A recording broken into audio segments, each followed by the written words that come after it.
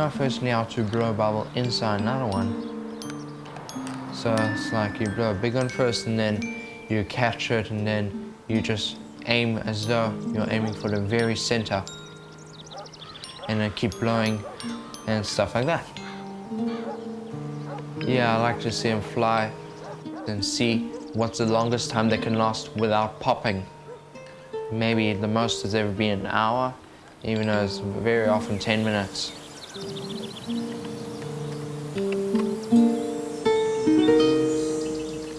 I always wanted to have at least 3 kids. In fact, I wanted 4 kids originally. But after Yaniv was born and into a few months, I actually thought 3 was great. But I remember the incident of, at the time I was an educational psychologist, and I already had 2 children, Stefan and Melissa, and they were just out of diapers kind of thing. At the time I went to see my boss and I said, oh, I'm pregnant again. And she said, that's so wonderful. I said, but yeah, but like 3 kids and 3 little ones. And she says, the 3rd one practically raises itself. Well, in retrospect, little did she know. It was actually much, the contrary. We had to input a lot more into Yaniv. Yaniv coming in definitely did change the dynamic. I mean, he was a physically adorable child. He had like this, perfect I think blonde the most hair. beautiful of all of us, definitely when he was young. Perfect blonde hair, these gorgeous blue eyes. So he was like this very very beautiful baby sort of to look at. And he was definitely the center of attention for a very long time. Yaniv was born, pretty much we saw him as a normal developing child, and up until about the age of 6 months, when he started losing what I perceived to be some of his words that he had learned at a normal rate until then. We started to notice a slight change in his development then. Pretty soon we realized that Yaniv had 2 big health issues. The first one was with asthma at the time, when he had asthma, pretty serious asthma that lasted for a few years, and for a few times we had to go to the hospital. The first time I had to go to the hospital with him, Rob wasn't even in the country. There was a huge stress, and I left 2 other ones behind by themselves in the middle of the night, and I just took him to the hospital, and he couldn't breathe. At about 1, he became epileptic as well. And we're not quite sure if that's related, but he's had epilepsy on and off. He used to not control his breathing, and he'd go blue, his lips would go blue, and they would just come on. There were no signs. So that was something that everyone just had to drop everything in. It was, I guess, difficult to understand as a kid how this enormous urgency could just come along all of a sudden. Because it's difficult for you to understand that a seizure can be a life and death thing for an infant.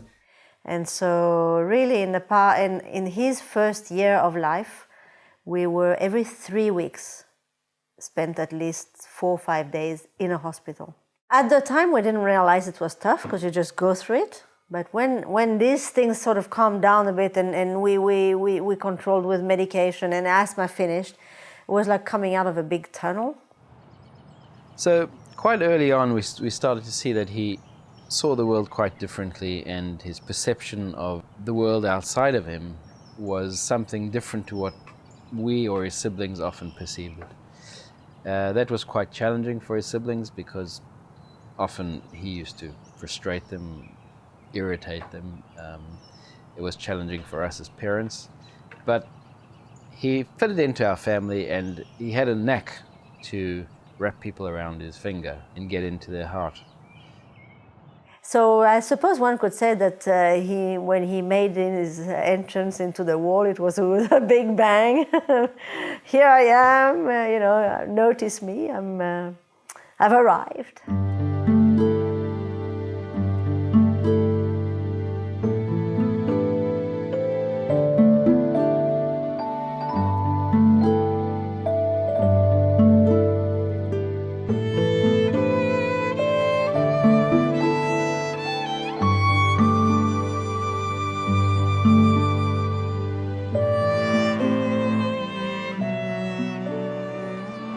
Waikato National Contemporary Art Award is a major national exhibition, and I underscore national because it's not a regional. It's quite different from the Wallace Art Awards, it's quite different from the Walters Prize because there's only 4 selected. So I guess this is the most important contemporary art award competition that enables practitioners, in New Zealand anyway, to enter something which they know is going to be on a national and international scale because of where contemporary art sits in, I guess, Aotearoa, but where the judge is placing it internationally.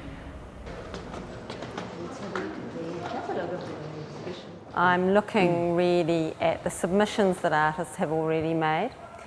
So these are artists who are interested in being part of the award, and I make a selection from a cluster of works to group together finalists and an exhibition from which one work becomes the winner of the prize. Hey, look at this one here.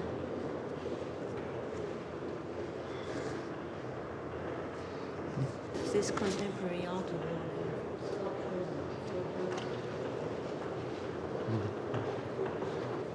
Look at this one.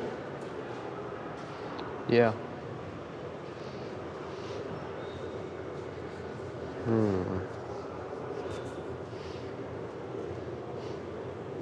This one's the winner. I just can't believe why they would win. Yeah, what do you think? What do you think about it? I don't think it's so good.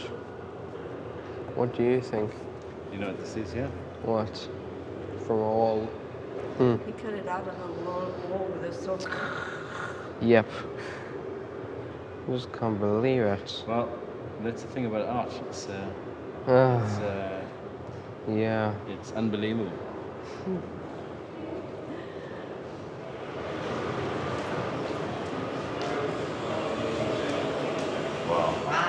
Yaniv's work I noticed in part because it was a curious mix of things.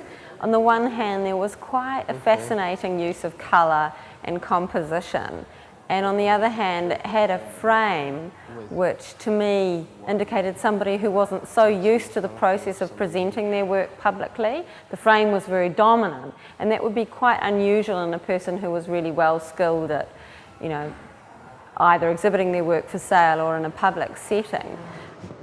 The work reminded me in many ways of the work of Pacific artist Te Wane Tebow in its structure because of the very flat horizontal line and the bright colour palette. My decision to include his work wasn't based on any information I had about his personal background, whether he was a tutored or an untutored artist. In fact, there was a cluster of works in the exhibition where there was a certain kind of naivety, for want of a better word, about their process, but that could have been conscious or unconscious. The fact of the matter was that I was really interested in the result, what was being created, and all those same formal probabilities, the colour, the rich textures, the sculptural presence of the work, the dimensions, things that I thought would convey interesting ideas to the audience of the exhibition as much as anything. Now, to be honest, Yaniv didn't really grasp the enormity of what he had achieved. And it didn't mean that much to him, but it meant a lot to see that his work was on a wall. And funnily enough, his painting was sold within the first literally 5 minutes of the end of the award having been announced. I just hope I'm gonna prove the family that I don't need a real job. And but do you think art is a real job? Some people are saying yes, some people are saying no. Everyone's telling me that I am working if I'm doing art, even if not writing or working in vehicles or anything. My interest in Yaniv's work, why Yaniv stands out for me is twofold. First of all, he's labeled as having a condition that is on the autism spectrum. And from my experience, there's fantastic art coming out of people with autism. Really interesting work that fascinates me. So that's one thing. Also, I know that in general, artists with intellectual disabilities are not recognized. Particularly in New Zealand, it has been quite a struggle for these artists to be recognized as artists, to be recognized that they have an innate skill, and let alone making money with that skill, the ability to actually choose it as a career option. That option is not recognized within government. With IHC, for example, they are really, really far behind by a lot compared to a lot of other countries in the world, and it varies from country to country, really. So I've become passionate about mentoring for him because I see a lot of potential there. The fact that he's very young, that he only started recently painting, sort of almost out of the blue, it sounds, and that he's having instant success. There's not many people who have that. And he might just be lucky, or maybe there's not luck. Maybe there is really something that comes out of him that really resonates with other people. He's not like many other artists that I've met who take time to sort of contemplate their drawing and kind of come up with some sort of artistic interpretation of what it is that they're drawing. He sees something, he wants to draw it, and then he draws it, and the whole process begins and ends within about 2 hours. I saw something today in a book, I like it, I'm drawing, the painting is now drying. And he can produce, 3 canvases a day if he's determined enough.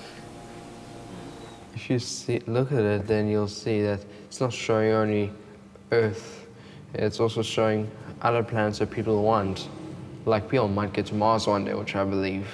Did you call it life, the universe and everything? No, somebody else, Anik decided to. I just called it the planets you don't get to, but Anik said that's not good enough, it has to be way better, 10 times better, so I had no idea. Anik just chose the name. Okay, so what was the name of the painting originally? The planets in space.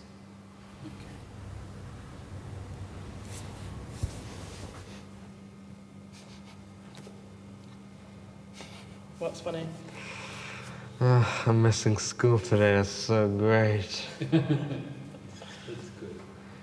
I just have to stay away from those children. I like that one up there because you see people are hidden in the colors.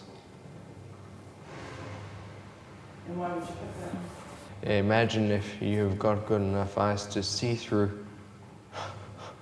And I think if someone was a girl like you, you would see they're actually naked in the colors.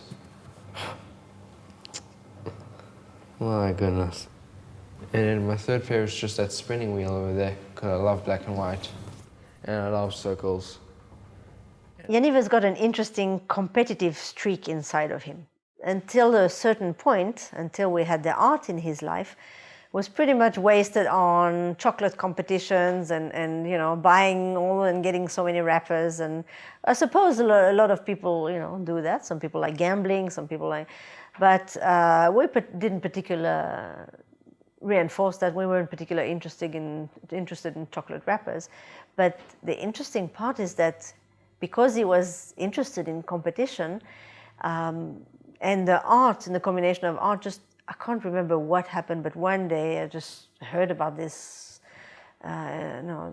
Trust Waikato National Contemporary Art Award, and there was prizes attached to it, and it was a competition. And at the time, honestly, I didn't know how important it was, and perhaps if I had known how important it was, I may not have dared suggesting something like this. I honestly didn't know, but at the time I was, it's always good to be a bit naive.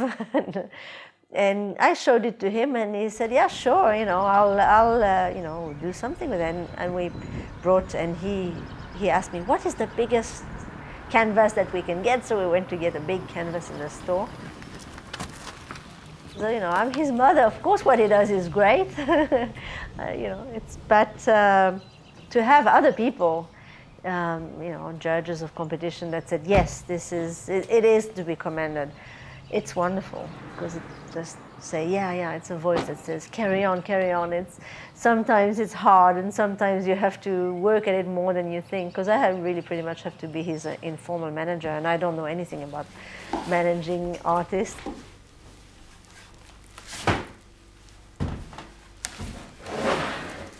Well, like the first time when I got very angry, I was about to throw a painting away. That white one right here with the houses. And then I thought maybe I better do blue behind for the sky and black or dark blue for the ocean, and then put white over it if the family's gonna like that white.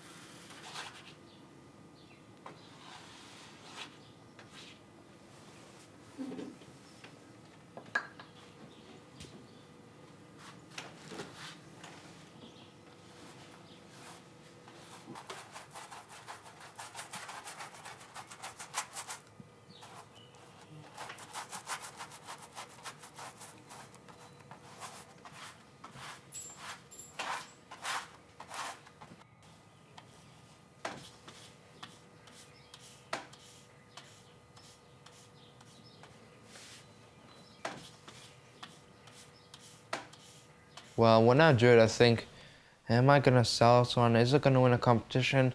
And then I'm always believing I'm gonna get what I want. I'm one of those people in the world, whatever they're called, who always believes they're gonna get what they want. And that's good.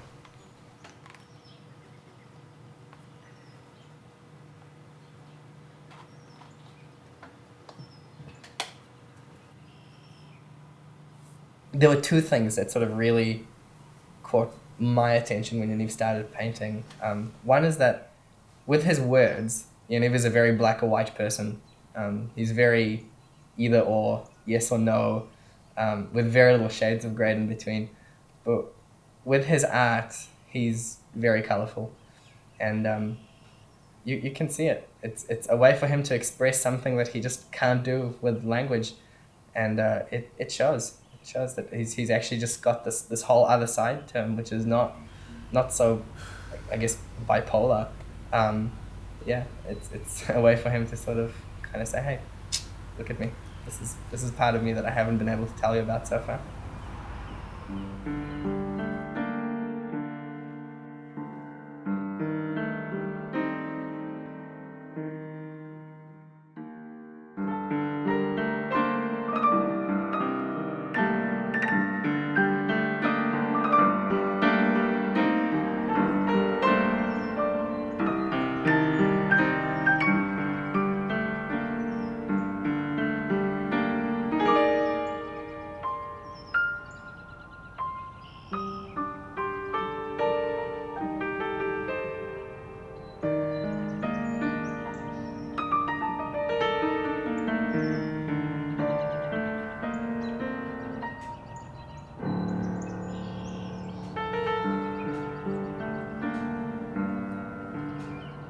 We were living at the time in Israel. I was studying, and he used to go to a kindy where the kindy teacher used to have a very special relationship with him and managed to get him to draw and paint quite a bit. And early on, his paintings were very unusual in that he saw houses instead of seeing houses like most kids would draw a house. He'd draw a house. They'd draw a house as a box with a roof on it. His houses were very, very, very tall, with windows one on top of the other and a door below, often in bright colors. And we developed his artistic talent at that stage. What we saw was quite unusual and very pleasing to the eye, but very unusual. But it didn't last long. There was about a year or two of that, and then he refused point blank to touch anything. No pencils, no crayons, no paints. One of the big problems he had with paints early on was the issue of finger painting. He doesn't like the feel of things like dough or putty. Anything that sticks to his hands bothers him a lot. That's not unusual with kids with this Asperger's syndrome, which is what we a few years later discovered that he in fact was diagnosed as. looking back at the lifespan, if you want, and yes, there was, I agree with Rob, there was sort of I could call a latency period in the art where he did not want to touch color or painting. But there were other interesting things. He always loved, for instance, bubbles, soap bubbles, and he developed this incredible dexterity and expertise in making huge soap bubbles and of all sizes, and soap bubbles inside of other soap bubbles, and just pretty incredible stuff. And so through soap bubbles we could do a lot. So one time I remember thinking, I was very involved in the rat race, career woman, etc., and worked a lot, which we needed to do to support a family. But at some point, I thought to myself, okay, well, I train executives, coach executives in leadership, and I am just going to do the same thing with my son, and there's no way that I'm going to let him down and not, help him if there's something I know. So I decided I'd take a clean break of any professional activity and just took him with me to my hometown, to Paris, and he liked tall buildings as well. So we went to the top of the Eiffel Tower, and there we had soap bubbles, and also he didn't, Paris, you need to walk a lot. But if it was about getting some soap bubbles into a shop, yes, we did. So we went through, kilometers and looked at all sorts of shops. And what was interesting in there, I'm talking about sort of a creative and even an instinct to lead and be different. In the park, in the playground, all kids are equal. And in Paris, most kids speak French, but he didn't speak French, but he had soap bubbles. And so pretty much after 5 minutes, we enter a park where we knew no one, and he couldn't speak directly to children. Pretty much 5 minutes into that, you see this row of kids running after him, and he's in front of them with the soap bubbles, and he found a way to make some connection that was not through language. It was through drawing, through visual, and that's why I was only half surprised when he started painting, because the visual aspect was very predominant. So I remember that incident as pretty telling. That love of bubbles is carried through until today, although you can see the change in Yaniv from then until now, because part of his thing was that he would just go over and over and over the things that he loved. And he's changed because even though he still loves it today, he's able to put it aside.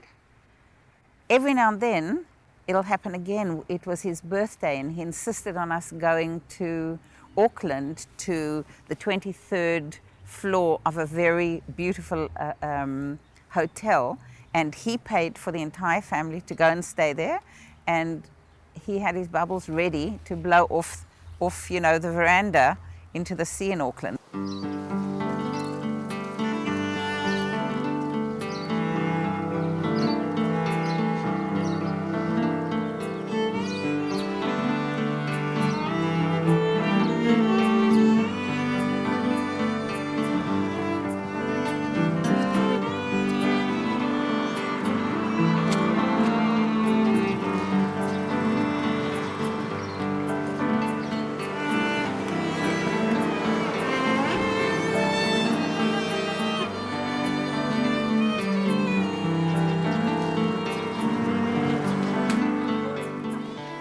When he was at school about 2 years ago, he was required to take art as one of the subjects at school, and he was not keen on it at all.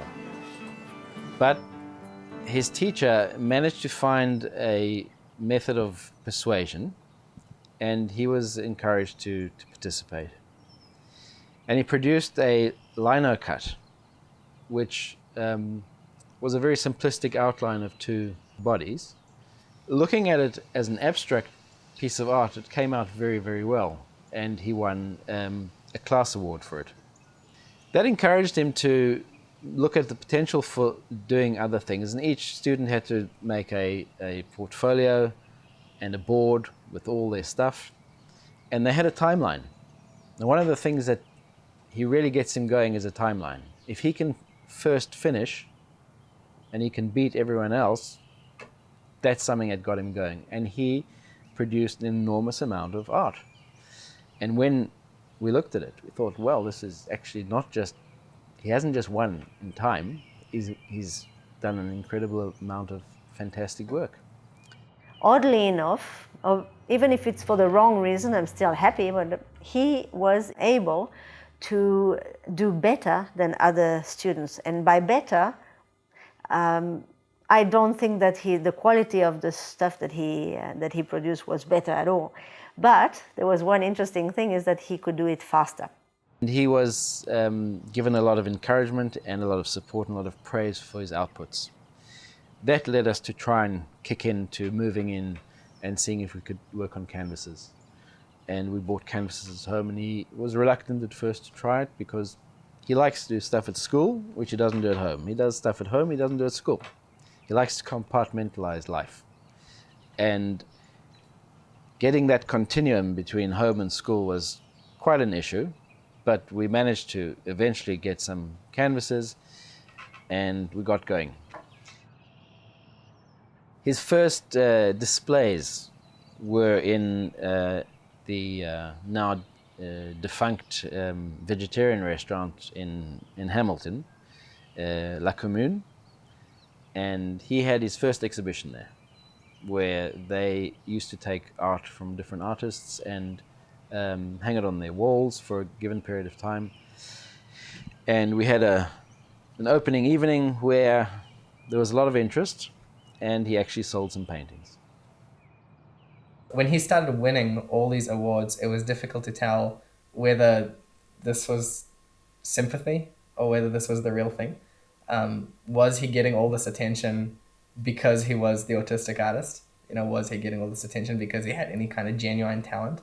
So the first time he won an award, to be honest, I didn't have this huge reaction to it, but he just kept on winning awards, and he just kept on getting into competitions and kept on, his exhibitions went to other countries, they went to other cities. Tamarillo down in Wellington had an exhibition for him, Sands here in Hamilton had an exhibition for him.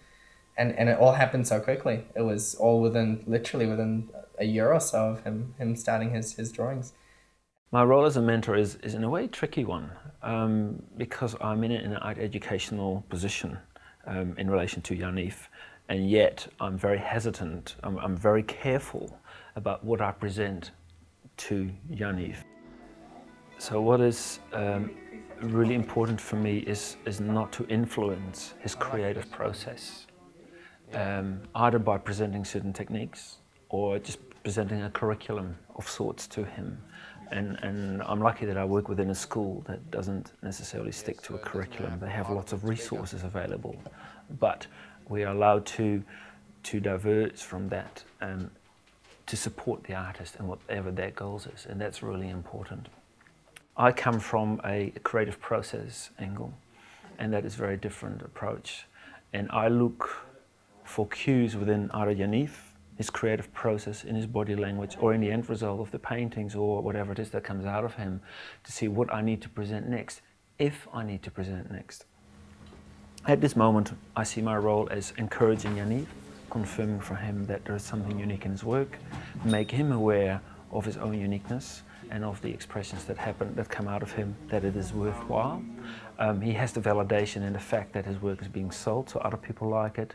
I come from a different perspective and therefore may have a different influence in that. I may be a different voice in that scenario.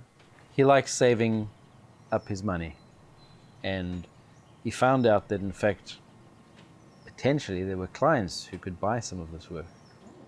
As much as we didn't encourage any commercial approach to his art, he seemed to be very stimulated by the idea that it had the potential for sale, even if it was a few dollars. And we've had to find a fine balance between, on the one hand, there are costs to art and to canvases, but we're happy to promote that without any income per se, but for him it is a real incentive to actually understand that he can potentially sell his art. And in fact, today, in as much as that is relevant, he sees himself as becoming an artist and actually potentially living off that.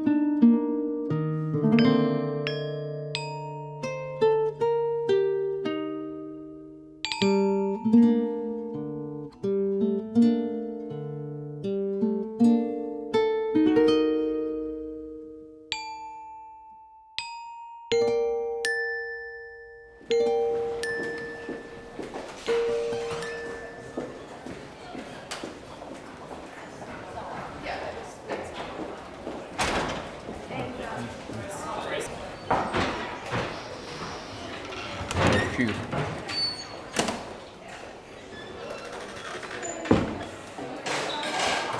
No. If we find out I'm in the finals of the Wallace Art Competition, then we go to for the celebration for 2 nights. Yeah. Pretty exciting. Very.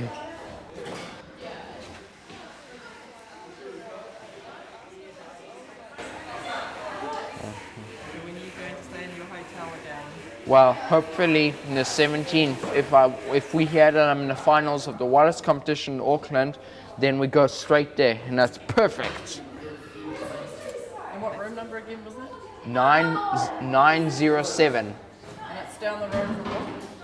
And you see the view of the city. And what's your favourite thing that's down the road from it? Israeli sweets. So what street is that on? You're not going to believe the address. 100 on Grey Street. It's exactly 100 on Grey Street in Auckland. Very easy number to remember. Street. I don't know Grey Street, but I can find it, but I'll remember 100. Yeah, 100. One of my favorite numbers. Unbelievable. And we really believe we're going to win. Hopefully. Well, first place is New York for 6 months. Go to special places. Second place is San Francisco for 3 months. And third place is Los Angeles for 1 month. And extra thousands of dollars of cash. What would you do with the money? Maybe buy very expensive paints and canvases which can't have now.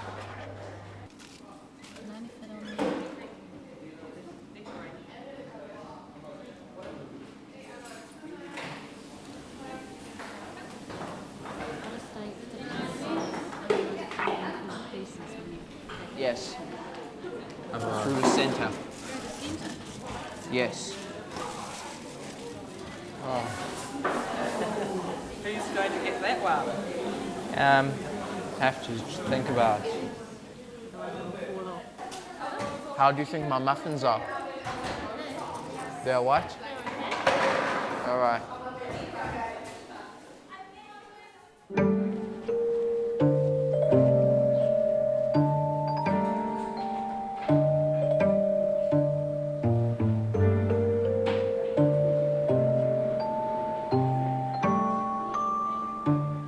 Yaniv practice is particularly important because of the condition that the medical world has attached to him.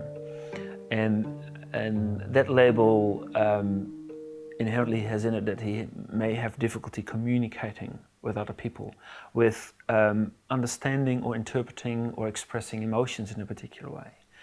And that is at a verbal level, in a language level. And when we look at his paintings, how he could connect to his paintings is amazing. You know, how many people have already bought his work, not just in one country, but multiple countries. That means that he is connecting to people. at an emotional level. And it is fantastic that he's able to do that through another medium. If he would have never been presented with that medium, he would never have that opportunity. He would never have that connection. He would never have enhanced those people's lives. In that way, art becomes a venue, a platform for Yaniv to interact with the world at large. If you had the choice of anywhere in the world, where Yeah, that would be where we're flying now, to Israel. You know, Haifa, my favorite city in the whole world. That's where Stefan was born, and I was born in Jerusalem down south. So I really wish I was in Haifa. It's also beautiful mountains from Nick's parents' house, which we're going to in 61 days. And they've also got the Israeli sweets. And my favorite beach in the whole world, I keep telling my aunt that it's much better in Raglan, and she keeps saying that's much better, but she's wrong. Too many reasons. Haifa's my first favorite city in the world, and Auckland's my second.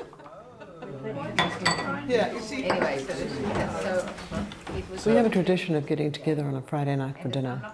It's called the Sabbath Eve, and it's a traditional thing that we've all really enjoyed over the years. It's almost like you get to the end of the week and you're just drawn to be together because your week has been busy, you haven't really had much chance to interact, and a lot goes on. And so we spend time together. For Yaniv, it's been a real high point of the week. He's the main organizer, so you'll get a call earlier in the week, maybe the Thursday or the Wednesday, to say it's your turn, and who are you inviting? So he likes to know who's going to be there. He has a particular dish that he cooks for each one, and that never varies. It's always the same. It's his unique needing things to be consistent. And getting together around those tables, whether it's at my house, at Robin's house, at Laura's house, has been a real ability to witness Yaniv's journey as well, because there was a time when he would eat and run. And so the meal was the thing. His ability to socialize beyond that was pretty non-existent, so he'd eat and he'd go and lie on the couch or go and play his computer games or whatever he did. And as he's grown, he has developed the ability more and more to stay with us. And whether or not he participates in conversation, which sometimes he does and sometimes he doesn't, he's interested sufficiently to sit and stay with us and listen and learn. What, you draw on everyone's forehead? I need some help with the pizza. I think they're really important. I think that our children, and therefore all the cousins, have learnt also a different way of being together, because cousins are not necessarily friends. The cousins have learnt to be together, again, accept each other's differences, and I'm not sure it would have continued had Yaniv not been the motivator behind it. So, yeah, he without knowing it, is a kind of catalyst within the family and with his art. There is a great danger with outsider artists to be discovered and be put on a pedestal. And it's a fleeting thing, because then whoever is really interested in promoting artists or discovering new talent may move on to the next thing. And that happens a lot in the art world. You know, you have favorites, and being a favorite is the worst position to be in, because it also means you can fall out of that position very easily. And it is important for Yaniv that something sustainable is going to be developed for him. That's not just riding on a hype or just because he's won an award. No, there's something else happening that is really worth supporting. And it may be his only way of ever having an income that comes from his talent.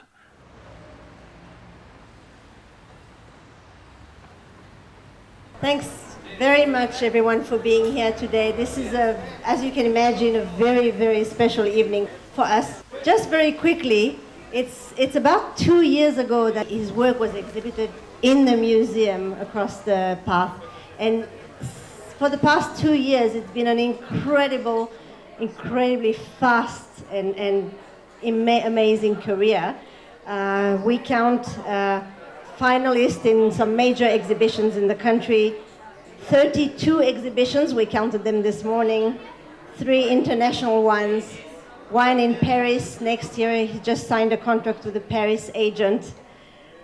2 books. The second book is going to be distributed nationally by Bennett's and Whitcoulls. And 10 awards and scholarships. So the last scholarship is Arts Waikato for next year. His aim is to exhibit in Te Papa and in the Centre Pompidou in Paris. So Yaniv, I'm sure you'll do it.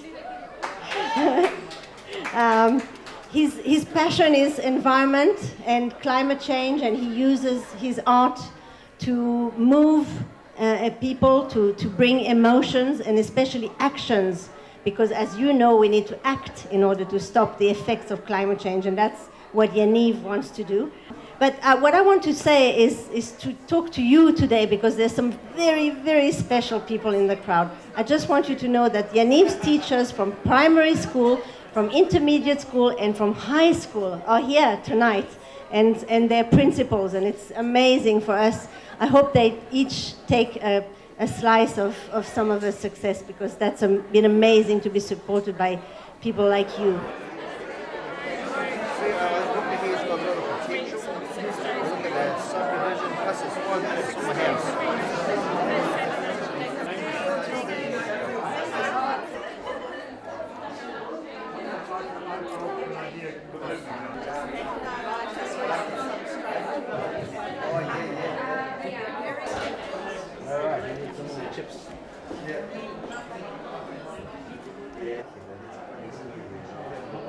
How does it feel to cut through your painting? Speaking of which, do you reckon the weather's going to hold out for tomorrow?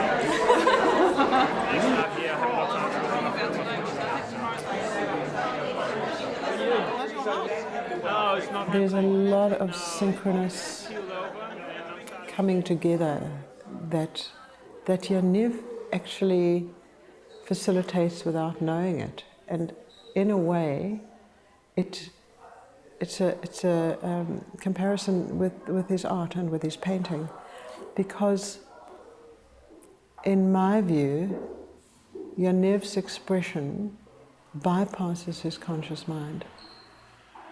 His expression comes straight out of his subconscious mind and is untainted by the intellectual critique. He does not critique himself. He knows what he wants to do, and he does it. And it just comes straight through. And I think that's a unique aspect of his art and of his being, of who he is. So he also facilitates these things with the highly proactive management of his mum, who does the level of things that he will never be able to do. Rich people tell the poor people that the island is flooding. Oh, so if this water level rises, Yeah. the rich people must tell the poor people because they can't see. Yes, that's right. Behind the mountains, and Why are some of these coloured and some of them are not? The well, houses. you would know that rich and poor people, they either can afford what they want or can't. So rich people, they have the view on the mountains at the back over there with the colours, and all of them have orange windows. They show their lights and stuff, the beautiful lights. And ones by the ocean here, they have the view of the ocean, but they're right by the beach, so they can swim. Right. And all beautiful houses of rich people, they afforded their own gardens, the same color, to all guests and families coming, so they know they're in the right house. The house is the same as the garden.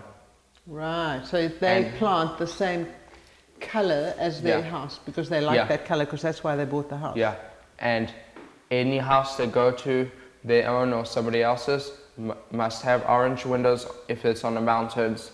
Right. It'd be nice to come in here and see a whole lot of red dots, wouldn't it? Well, what red dots? Red dots on numbers. Yeah. That would be nice. Yeah. Wouldn't you like that? Yeah. Yeah. All right. Can we sit down here and have a look at this one?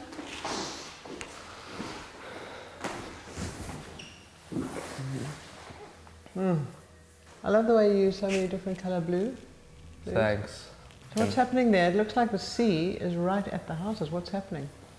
That's saying if you don't hurry up and yell for help, people hear you, or you can't even make your own houses from your boats from trees or anything, or you can't even swim to the next island. Keep going until you get to the big continents, reach the middle of the continents. Then your life is gone. Your life is gone. So that's about water levels rising, is it? That's right. I mean, is that little bit of gold underneath ours, is that beach? There's the beach, yeah. Some so sand. The water's already right up at their front doors.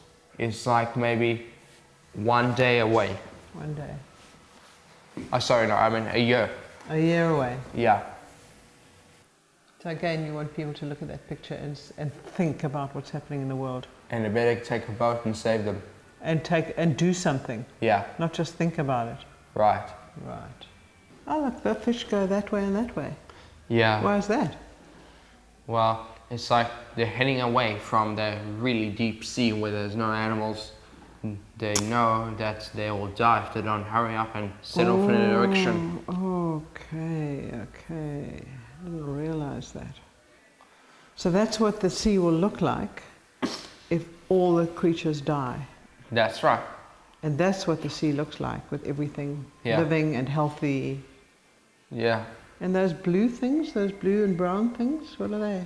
It's like what humans have taken pearls from the ocean. They find them on those kinds of shells, and then they take them and sell them. What's that place? It's also islands, bigger islands than the one back there. And yeah, some people have no idea. If they come to the beach, they don't remember how much sand there was left the other day. Day before that. One morning, they're going to wake up. And they think, oh, their fault, they should have done something about it. Next time they know if they get to another island. Not to build so close to the beach. Right. Do you want the tsunami to come to your face? So it's like... Yeah, but I mean, with a tsunami, you're always going to have an earthquake first, aren't you? So you're going to know about it. Well, I never heard there's an earthquake before a tsunami. Yeah, that's what causes the tsunami. Oh, I thought the tsunami only comes from deep ocean because from deep ocean where there's been an earthquake.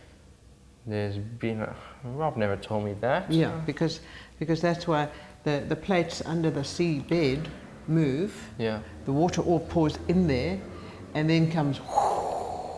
Yeah. And that's what causes like the tsunami. A bomb underwater or something. Exactly. Right. If you put a bomb underwater, it's going to bring a big wave. That's right. But that's water level rising. That's not tsunami. Right. 2 drowned islands. Yes. And how come the cloud, is that cloud going over the top of the trees? That's, sometimes it's, foggy weather. Yeah, windy, foggy. That's in Haifa and Israel. What's that temple called? The one in the picture? The Baha'i. Right, the Baha'i temple. It's a famous place in the whole world. And yeah. And that thing in the corner, that golden thing? It's just a special church. Don't know the name, just a special church of Jerusalem. I know, it's called the Golden Dome. Don't know. The Dome of the Rock or something like that. Yeah. But so you've brought something from Jerusalem into Haifa? Yes, so it's well, that's one side. Interesting. It's like where I was born and my favorite city. What's this one? The big blue one? Mm-hmm. That's the end of the world. Oh my goodness. That shows everybody that do they want that. So there's just nothing left? Yeah. So there's still just a little bit left? Yeah. And some trees. That's really scary. Yeah. It gives you that feeling of the end, doesn't it? Right. What do you feel when you see it? Yeah, I feel the end of the world. And how does that make you feel? Yeah, it doesn't make me feel good. We all lived very separate lives and on different continents for a long time, and yet we're all here in the same city in Hamilton and not very far from each other. And though we're all very different, there's there's a way that we are with each other, which I find quite interesting, because families can, who are very different, really not manage together, and we do. Despite our differences, despite our quirks, I think that comes from being around Yaniv and around Yaniv's family and supporting the family as well, supporting Rob and Anik and supporting Melissa and Steph and Yaniv.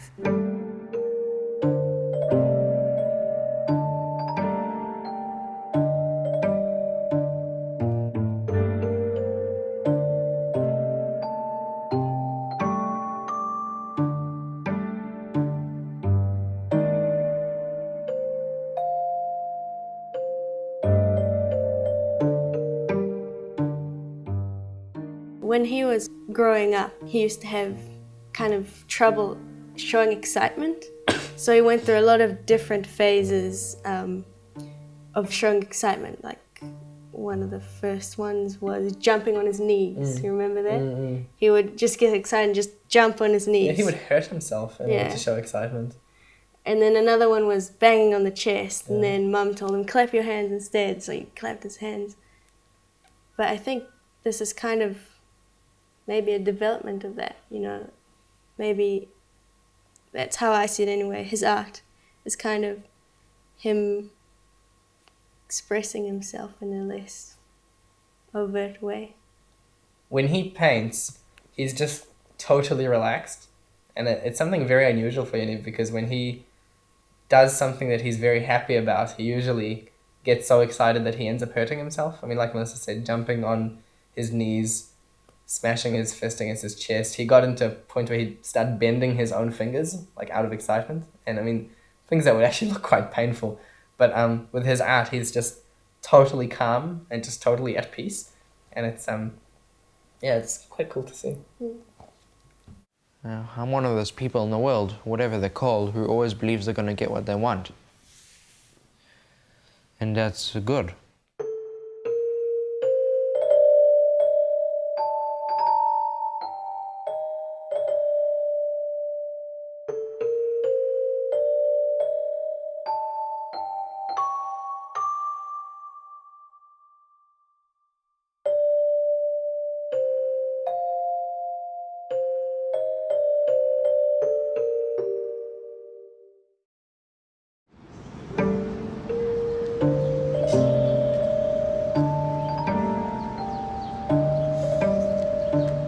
My name is Craig Hawke and I'm the permanent representative of New Zealand to the United Nations. And I have particular pleasure to acknowledge and welcome the Minister for Social Development and Disability Issues, the Honourable Carmel Cepoloni. Welcome, Minister. I also want to acknowledge Yaniv Jensen, the artist, and the Jensen family. Welcome to the United Nations. Yaniv is committed to the Sustainable Development Goals of the United Nations. Through his art, Yaniv is inviting you to see the world through his eyes and to understand and strive for a better, fairer and sustainable world. Yaniv would like everyone to work together to achieve this, to create a world that is good for all, now and in the future. I'd like you all to touch the exhibition. Usually in the UN we say, don't touch. No photos, but tonight I'm saying please do touch.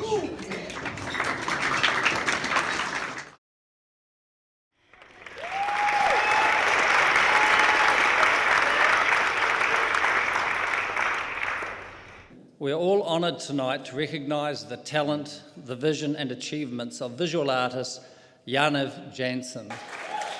Yaniv's creative journey has expressed consistent themes to empower individuals to use creative expression, to outreach and use education as a tool for social change. Yaniv's work has been celebrated in New Zealand and internationally, and his list of achievements and impact is very extensive. The recipient of the 2019 Arts Access Pack and Save Artistic Achievement Award, Yaniv Jensen.